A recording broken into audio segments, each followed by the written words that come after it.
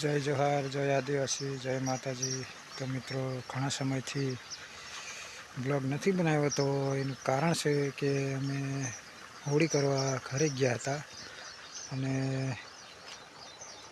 5-10 દિવસ ઘરે રોકાઈ ગયા। એટલે એમાં ઘરના મારા ગામના એ બાજુના વિડીયો બનાવ્યા, પણ એના પછી બીજા નથી બનાવ્યા। તો અમે પહોંચી જશે અમારા નોકરી કામ ધંધાની અંદર। તો મિત્રો વાડીની અંદર તલ વાવેલા છે। ઝાઝો સમય ઘરે રહેવાથી તલમાં દવા છંટકાવ કરવાનો, પછી ખડ વધી ગયું નીંદામાં, એ બધું ચાલતું હતું। એટલે વિડીયો બનાવવાનો આપણી જોડે ટાઈમ નથી, એટલે થોડાક દિવસ વિડીયો નથી બનાવ્યો। કારણ ફરી પાછા આપણે ચાલુ કરી નાખીશું બરાબર વિડીયો બનાવવાનું। તો આપણા વિડીયોની અંદર બન્યા રહેજો। અને મિત્રો આવા તલ છે, આ તલની અંદર 5 પાણી પાડ્યા અને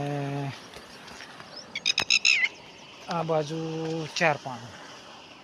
એટલે કેનાલ બંધ હોવાથી પાણી ચાલુ રહે, પછી કેનાલ બંધ થાય ને એટલે પાણી ચાલુ રહે। કારણ કે મોટર એક જ હાલતી હોય અને એમાં પાછા વારા પાડવાના હોય 2-3 દિવસના।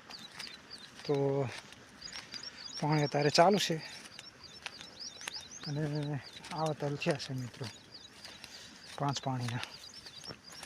તો હજુ પાવું પડે ખાસા 4-5 પાણી તો તલ પાકે। અને મિત્રો તડકો તો ઠીક છે, ગરમી આજે જબરજસ્ત છે, ભૂકા કાઢી નાખે એટલી તો ગરમી છે।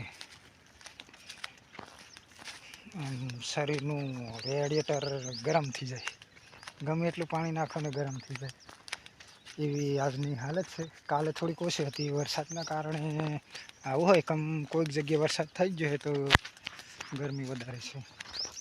તો મગફળી છે 4 વીઘાની, ને ઘરના ઓલી બાજુ નાકાવાળે છત્રી બત્રી લઈને, શું કે છત્રી લઈને વાળવું પડે, ગરમી હોય ને આટલી બધી એટલે।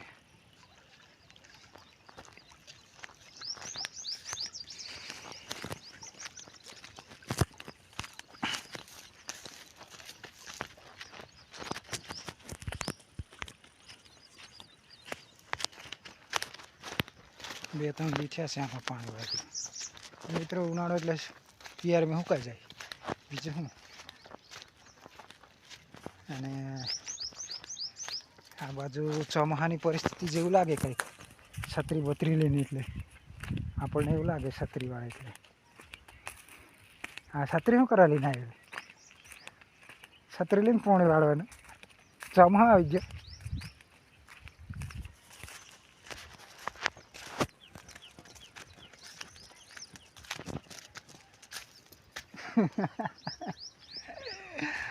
મિત્રો શરમ આવે, વિડીયોની અંદર આવવાનું હોય ને એટલે શરમ આવે, એટલે છત્રી બત્રી લઈને આવે ને એટલે લાગે એમ કોઈકને ચોમાસામાં છત્રી વાપરે ને ઉનાળે કંઈથી વાપરે। પણ મિત્રો હાલત એવી છે ને, તડકો એવો છે ને તો વાપરવો પડે।